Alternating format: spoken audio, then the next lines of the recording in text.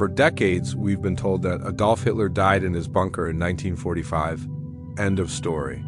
But what if that's not the whole truth? What if the final days of one of history's most infamous figures hide secrets that could rewrite what we know about the end of World War II? Today, we dive deep into the mystery, the contradictions, and the evidence that history may have quietly buried. In April 1945, as the flames of World War II consumed Berlin, Adolf Hitler vanished from the world stage, or so history claims. His death was announced, his empire collapsed, and the world breathed a sigh of relief. But in the smoke and chaos of the final days, questions lingered, questions that have never been fully answered. Was Hitler truly found dead in that bunker? Or did the real story disappear beneath layers of secrecy, propaganda, and fear? It's April 30th, 1945. Berlin is burning. The once mighty capital of the Third Reich has become a city of ruins. Soviet artillery shells rain down, buildings crumble, and within the depths of a fortified bunker beneath the Reich Chancellery, Adolf Hitler, the man responsible for plunging the world into chaos, makes his final stand. According to official history, this is where the story ends. Hitler, realizing that the war is lost and refusing to be captured alive, decides to take his own life. At around 3:30 in the afternoon, he retreats to his private study with his new wife. Eva Braun. Moments later, a gunshot echoes through the halls. When his loyal staff members, including Otto Gunsch and Heinz Linge, enter the room, they claim to find Hitler slumped on the sofa, a pistol in his hand, and Eva Braun lifeless beside him. That's the account we've been told, a simple conclusion to one of history's darkest chapters. But as the saying goes, the simplest stories are often the most suspicious. The official narrative of Hitler's death didn't emerge from years of careful investigation. It came almost immediately from a handful of people trapped inside that bunker, individuals loyal to Hitler, some of whom had every reason to protect his image even in defeat. When the Soviets finally reached the bunker, they found charred bodies in the courtyard, said to be Hitler and Eva Braun. These remains were quickly removed by Soviet troops, and from that moment, the world's most important death became a matter of secrecy, speculation, and political theater. Western powers like Britain and the United States never actually saw Hitler's body. There were no photographs released, no public confirmation, and no transparent autopsy that could definitively prove his death. Instead, the world was told to trust the word of the Soviet Union, a regime that, even at that time, was known for controlling information and crafting propaganda. In the days that followed, Soviet leader Joseph Stalin added even more confusion to the mix. He refused to confirm Hitler's death to his Allied counterparts, at one point even suggesting that Hitler might have escaped. Newspapers across the world exploded with headlines. Was the Führer really dead, or had he fled the ruins of Berlin to rebuild his empire elsewhere? The official story, while widely accepted today, has cracks that historians have debated for decades. It's built on testimony that was inconsistent, evidence that was tampered with, and reports that vanished into Soviet archives for nearly half a century. Many of the witnesses, who claimed to have seen Hitler's final moments, were arrested by the Soviets and disappeared behind the Iron Curtain. Their accounts would not resurface until years later, changed, censored, or contradicted. Even the supposed discovery of Hitler's remains raises questions. The Soviets initially claimed to have found a body matching his description, but when Western experts demanded proof, the story shifted again and again. Sometimes they said the body was burned beyond recognition. Other times they said it had been positively identified by dental records. The inconsistencies piled up, leaving room for doubt, speculation, and conspiracy to grow. So while textbooks summarize Hitler's death in a single paragraph, he shot himself in the bunker on April 30th, 1945. The reality behind that sentence is far murkier. It's a version of history built on rushed reports, political agendas, and the chaos of war. And when we look closer at the first official story, it doesn't feel like the end of the tale at all. It feels like the beginning of a mystery that would haunt the world for generations to come. Inside the claustrophobic corridors of the Four Bunker, fear and confusion ruled every moment of those final days. The people closest to Adolf Hitler, his secretaries, aides, and military officers became the only supposed witnesses to his death. Their words would form the foundation of the official story, but as time went on, their testimonies began to fracture. Each version of what happened on April 30th, 1945, painted a slightly different picture, and the more they talked, the more questions arose. When the Soviets began interrogating those who had survived the fall of Berlin, the stories they gathered didn't quite line up. Heinz Linge, Hitler's valet, claimed that after hearing a single gunshot, he entered Hitler's study to find the dictator lifeless on the sofa, blood dripping from his temple, with Eva Braun beside him, her lips blue from cyanide. Otto Gunsch, Hitler's adjutant, supported this version, but his timeline differed. He said it took several minutes before anyone dared to open the door, suggesting they might not have witnessed the exact moment of death at all. Then there was Traudl Jung, Hitler's personal secretary, who admitted she never saw the bodies directly. She only heard what others told her. She described hearing muffled footsteps, whispers, and then the news spreading through the bunker like wildfire. The Führer is dead, but Jung's account also revealed that chaos reigned afterward. Some claim the bodies were carried out immediately. Others insisted it took hours and no one could agree on who ordered them burned. Even more puzzling was the testimony of other staff members, like Erich Kempka, Hitler's driver, who claimed he was summoned to deliver gasoline for the cremation. He insisted he saw the bodies outside the bunker, but couldn't positively identify Hitler due to the fire and smoke. In his words, the faces were unrecognizable, yet somehow everyone seemed certain it was him. Each of these witnesses told their story under vastly different circumstances, some to Allied interrogators, others to Soviet officers, and many years later, to journalists or historians, with each retelling the details shifted. Some said Hitler shot himself with a pistol, others believed he took cyanide. Some swore he used both. Even the position of the bodies, the sequence of events, and the location of the fatal act differed from one account to another. And that's where the uncertainty deepened. Were these contradictions simple mistakes born out of trauma and panic, or were they deliberate attempts to obscure the truth? Many of these witnesses were devoted to Hitler until the very end. They had lived under his authority for years, idolizing him as a leader who could do no wrong. Admitting that he might have fled or that the story was fabricated would have been unthinkable for them. Moreover, their testimonies were recorded under pressure. The Soviets had their agenda. They wanted a narrative that fit their version of events. The Western Allies wanted closure and confirmation that Hitler was gone. Each side interpreted the witness accounts to suit their political needs. What emerged was not a single, consistent story, but a tangled web of half-truths, hearsay, and conflicting memories. Even small details became points of contention. Some witnesses said they heard the gunshot clearly. Others claimed the walls of the bunker were so thick that it was impossible. Some said Hitler's dog, Blondie, was poisoned just before his death, a supposed test of the cyanide capsules. Others insisted the dog died earlier or later. In a place where every second mattered, no one could seem to agree on the order of events. When these inconsistencies reached historians years later, they noticed something strange. Every new witness seemed to fill a gap left by another, as if pieces of a pre-approved story were being passed around to make it all seem believable. And yet, the inconsistencies refused to disappear. Each testimony revealed another layer of uncertainty, suggesting that what happened in that bunker might never have been as clear as the official version wanted the world to believe.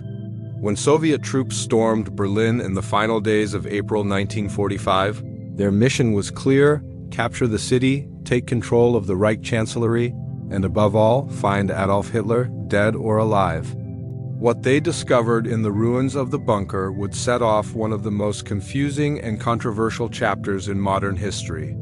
The man who had commanded millions, whose face had defined an era of terror, seemed to have simply vanished. Soviet soldiers reported finding several burned corpses outside the bunker, hastily doused with gasoline.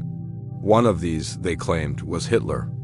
But from the very beginning, nothing about this discovery was simple.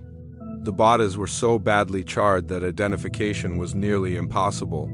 Soviet officers ordered the remains to be taken away immediately, and from that moment, The world would never again see what was said to be the body of Adolf Hitler.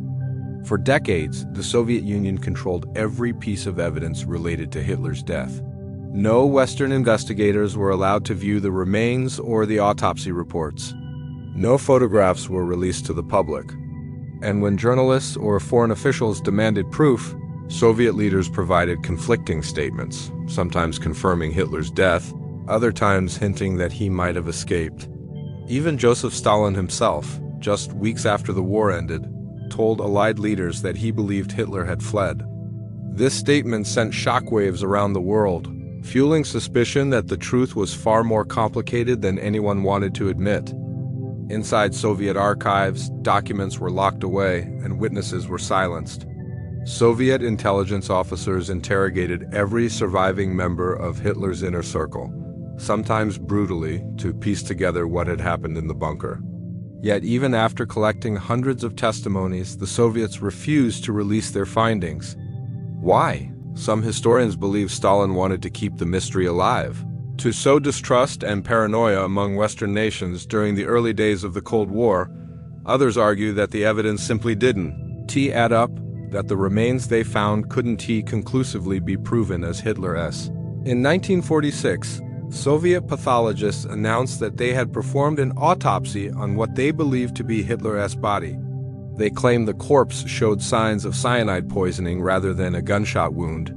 But later reports contradicted this, saying a bullet hole had indeed been found.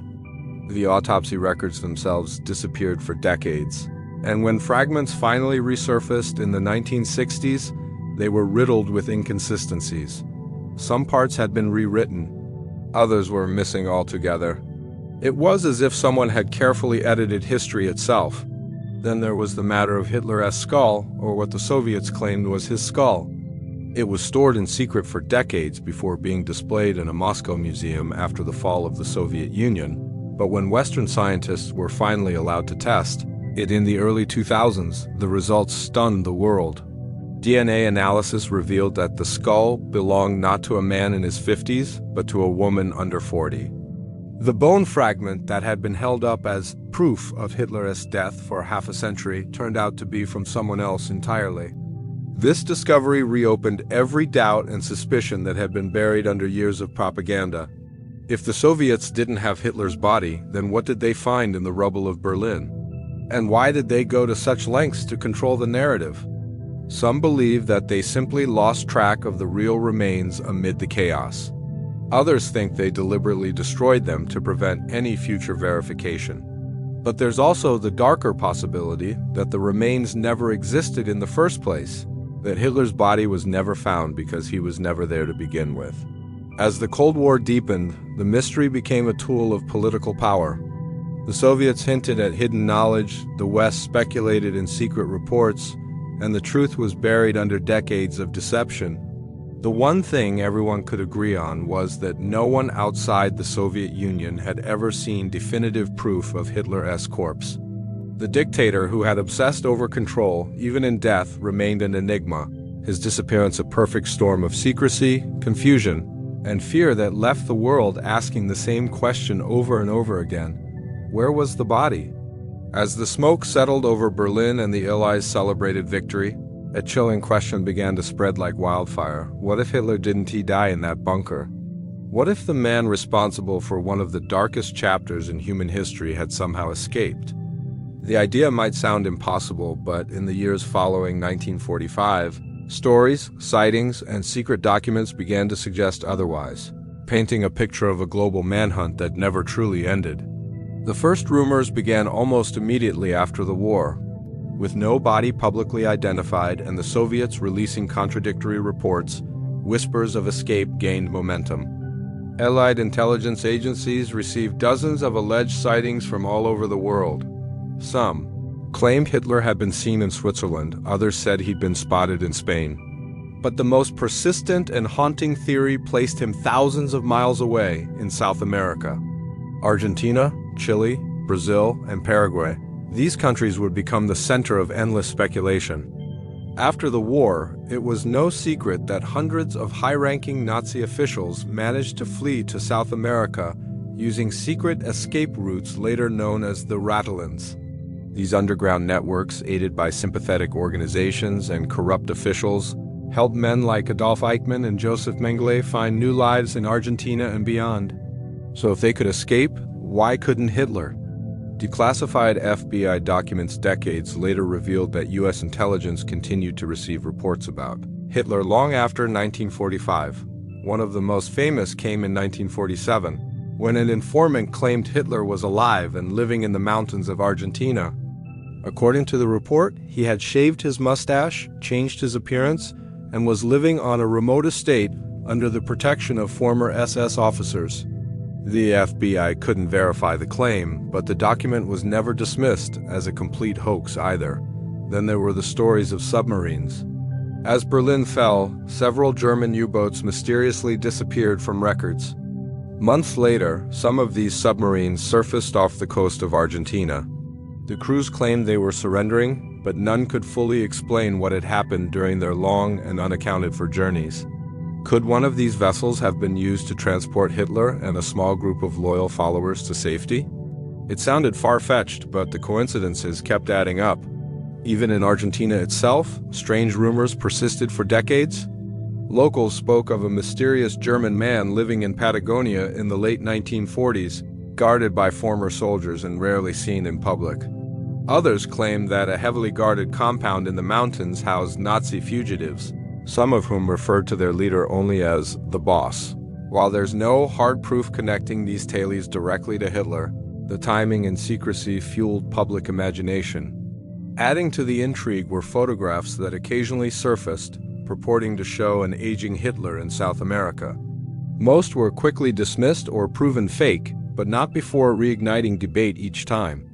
Documentaries, witness accounts, and even military intelligence briefings kept the myth alive, not just because people wanted to believe it, but because no one had ever been able to conclusively prove otherwise. During the height of the Cold War, both the United States and the Soviet Union quietly investigated these claims. The CIA kept a close eye on Nazi networks in South America, while Soviet intelligence allegedly monitored strange German settlements in Argentina and Chile. Neither side ever found definitive evidence, yet neither could fully disprove the rumors either. It was as though both governments preferred the uncertainty, a useful mystery that could be leveraged whenever needed. The escape theory also found fuel in one key psychological fact. Hitler had long boasted that he would never allow himself to be captured or humiliated. Many historians argue that his pride would not have allowed him to take his own life in defeat. Instead, some believe he might have orchestrated his own disappearance, using body doubles and loyal officers to stage his death before slipping away in the chaos of Berlin's final hours. Over time, this idea became a modern legend, a dark, unsettling possibility that refuses to die. Whether in declassified intelligence files, secret submarine logs, or the whispers of remote South American villages, the theory of Hitler's escape endures, not because it's been proven, but because so many unanswered questions from 1945 still remain. For years, the world accepted the Soviet Union's claim that they had found and identified Adolf Hitler's remains. But behind the Iron Curtain, the truth was far murkier than anyone imagined. The so-called forensic evidence that supposedly confirmed Hitler's death was built on secrecy, missing documents and scientific contradictions that would eventually collapse under modern scrutiny. What was presented as undeniable proof would later turn into one of the greatest controversies in forensic history. After the fall of Berlin, Soviet troops claimed they recovered several burned bodies from the courtyard outside Hitler's bunker. Among them, they said, were the remains of Adolf Hitler and Eva Braun. These bodies were quickly taken to a secret location for examination. Soviet pathologists allegedly performed an autopsy in May 1945, but the records were incomplete, fragmented, and inconsistent. Some documents stated that Hitler had died from cyanide poisoning. Others claimed he had been shot in the head. Even the official report on his teeth, one of the few reliable methods of identification, was disputed for decades. The Soviets declared the case closed, yet they refused to release the remains or allow Western experts to examine them. Instead, they stored what they claimed were fragments of Hitler's jawbone and skull in deep secrecy. This lack of transparency immediately raised suspicion. Why hide proof if the case was already solved? Why keep the world guessing? Some believed the Soviets feared that exposing the evidence would reveal flaws in their story, or worse, show that they didn't have Hitler's body at all. For decades, the only proof of Hitler's death rested on the word of Soviet officials and a few blurry photographs. But in 1993, after the collapse of the Soviet Union, Russian authorities allowed limited access to their archives. Among the items shown was a skull fragment with a bullet hole, which they claimed had belonged to Adolf Hitler himself. It was a sensational revelation until scientists began to test it. In 2009, an American research team was given permission to perform DNA analysis on the skull. The results shocked the world. The bone, long displayed as Hitler's, did not belong to a man in his 50s. In fact, it belonged to a woman under 40 years old. The revelation shattered one of the central pieces of evidence that had upheld the official version of Hitler's death for more than 60 years. The skull wasn't his, and possibly not even Eva Braun's. This discovery threw everything back into question. If the skull was fake, what about the rest of the remains? The Soviets had claimed to have burned and reburied Hitler's body several times in secret operations between 1945 and 1970. They said the remains were finally destroyed and the ashes scattered in a river to prevent future Nazi worship. But without forensic evidence or credible records, no one could verify these claims. The supposed remains could have been anyone's. Even the dental evidence, once considered the strongest proof, came under renewed scrutiny. The identification was made using dental bridges and crowns that Hitler's dentist had allegedly confirmed as his. However, those statements came from witnesses interrogated by Soviet officers, witnesses who had been imprisoned and possibly coerced. No physical comparison between the dental remains and Hitler's actual dental records has ever been made public. As forensic science advanced, new questions emerged. How could remains survive such intense burning if the Soviets claimed the bodies were almost completely destroyed by fire? Why were the supposed remains of Hitler found in two separate locations years apart? And why did the Soviets destroy some of the evidence before anyone else could examine it? Each unanswered question only deepened the suspicion that something had gone terribly wrong with the official account. Modern historians and scientists have since argued that the mystery of Hitler's remains might never be solved. Too much evidence has been lost, too many records destroyed, and too many political motives clouded the investigation. What remains today are fragments, a jawbone in a Russian archive, a skull that doesn't match, and a trail of inconsistencies that refuse to fade. In the end, the very science meant to prove Hitler's death may have done the opposite. It may have reignited the possibility that the truth about his final moments has been hidden, altered, or perhaps even erased from history itself. The story of Adolf Hitler's final days is one of the most studied events in modern history, yet it remains one of the most uncertain. For decades, historians, governments, and intelligence agencies have debated what truly happened in that bunker, but even now, the answers feel incomplete. It's as if somewhere between the chaos of war and the politics of victory, parts of the truth were deliberately buried. The deeper we dig, the more it seems that history itself may be hiding something far bigger than we've ever been told. After the war ended, the world was desperate for closure. The Allied powers needed proof that the man responsible for millions of deaths was gone. They needed a clear ending, a villain destroyed, justice restored. But when the dust settled, no one outside of Soviet control ever saw Hitler's body. No Allied officer, no Western journalist, no neutral observer.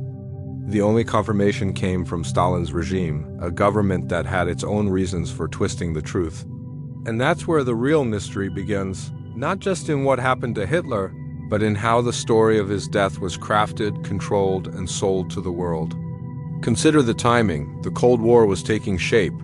The Soviet Union and the Western Allies were no longer partners, but rivals. Information had become a weapon. If the Soviets truly knew what happened to Hitler, keeping that knowledge hidden gave them power.